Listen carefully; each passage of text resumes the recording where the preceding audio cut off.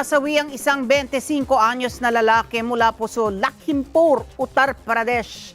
Matapos na mahulog sa isang malaking kaldero na puno po ng kumukulong jaggery. Yan po yung traditional na asukal. Diyan po sa isang pabrika sa Maharashtra, India. Alas 2:25 ng hapon noong po nakaraang Agosto 21. Kinilala ang biktima na si Danish na nagtungo sa Maharashtra upang magtrabaho at matulungan sana yung kanyang pamilya na mabayaran po yung kanilang utang. Ayon sa ulat, nakatayo siya sa gilid ng malaking kaldero nang bigla itong mahilo at mawala ng balanse. Agad siyang sinubukan sagipin ng kanyang mga kasamahan sa trabaho at naiaho naman matapos ang ilang pagtatangka gamit ang malalaking sandok. Malubha ang kanyang mga paso, sinugod sa ospital, ngunit kalaunan ay namatay habang ginagamot.